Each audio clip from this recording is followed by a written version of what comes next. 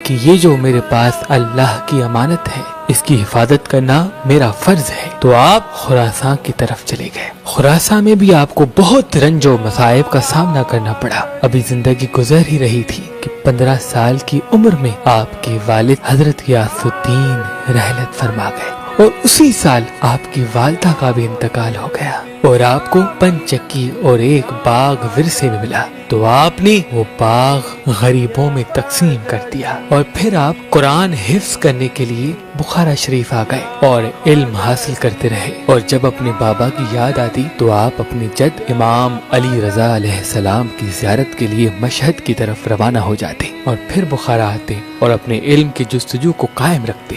کافی سال علم حاصل کرتے رہے، یہاں تک کہ آپ نے قرآن اس طرح سے حفظ کر لیا کہ اگر کوئی سوال کرتا تھا تو آپ ہر سوال کا جواب قرآن کی مختلف آیات سنا کر دیا کرتے تھے۔ آپ کے دل میں یہ آرزو جاگی کہ میں اپنے دادا علی ابن ابی طالب اور امام حسین علیہ السلام کی زیارت کا شرف حاصل کروں۔ تو آپ عراق کی طرف روانہ ہو گئے۔ کچھ راتیں روضہ امام علی پہ گزاری اور کچھ راتیں امام حسین علیہ السلام کے روضے پہ گزاری اور پھر سامرا، قازمین، بغداد آ پہنچے۔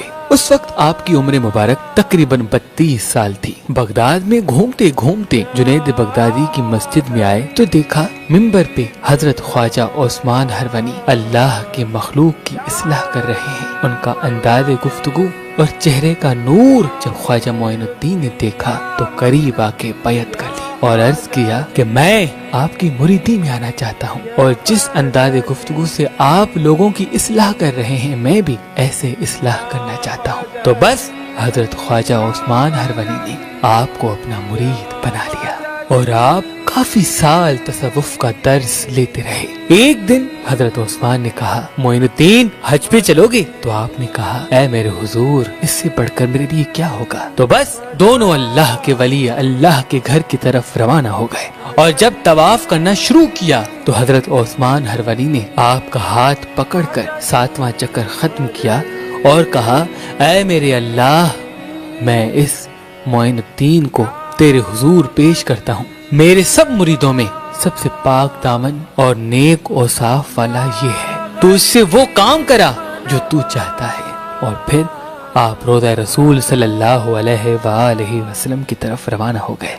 रोज़ा रसूल के सामने आकर हजरत ख्वाजा ओस्मान ने हजरत मोइनुद्दीन का हाथ पकड़कर कहा, या रसूल अल्लाह ये मोइनुद्दीन तेरी उम्मत के गरीबों से बहुत प्यार करता है। अगर कोई गरीब इसके सामने आ जाता है तो उसको कभी खाली नहीं जाने देता। या रसूल अल्लाह इसके वजूद में जो फैज़ छुपा हुआ है उसको आशना कर और इसको इसकी मंजिल से मिला दे।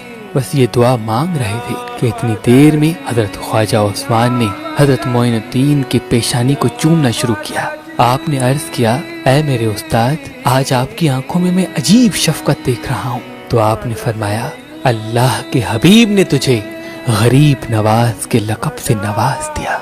आज के बाद अगर तू किसी भी गरीब के लिए कोई दुआ करेगा तो अल्लाह वो दुआ रद्द नहीं करेगा। और फिर वापस अपने शहर बगदाद आ गए। लेकिन वापस बगदाद आने के बाद ख्वाजा ओस्मान मुसलसल चिल्ले में रहा करते थे। एक दिन ख्वाजा गरीब नवाज को बुलाया और कहा, तू मेरा वसी है, अपना कुर्ता अपनी नालैन अता की और कहा, जाओ आज के बाद अल्लाह की मखलूक की इस्लाह करते रहो, मैंने तुम्हें इजाजत दी थी। तो ख्वाजा गरीब नवाज मुख्तलिफ गाँव देहात में जाकर अल्लाह की मखलूक की इस्लाह किया करते थे, उनको दीन हक बताया करते थे। आपके अंदाज़े गुफ्तगू में वो मिठास थी कि जो भी आपसे बात करता था या जो भी आपकी बात सुनता था वो आपका मुरीद बन जाता था। बस यूं वक्त गुजरता रहा और हज का जमाना आ गया तो आप अपने तमाम मुरीदों के साथ अल्लाह के घर की तरफ रवाना हो गए। हज किया और हज के बाद सजदे में सर रख के कहा, ऐ अल्लाह मेरे मुरीदों को जन्नत अता फरमा। हज के बाद हुजूर सल्लल्लाहु अलैहि वसल्लम के रोजे पे आए और कहने लगे, या रसूल अल्लाह अब इस खादिम के लिए क्या हुक्म है। रोजे पे बैठ गए, पूरा दिन वहाँ गुजारा। रात को जब सोए तो ख्वाब में हुजूर सल्लल्लाहु अलैहि वसल्लम ख्वाब में आते हैं और फरमाते हैं, ऐ मोइनुद्दीन जाओ, मैंने तुम्हें हिंद की सल्तनत अता की, जाओ और वहाँ लोगों की इस्लाह करो।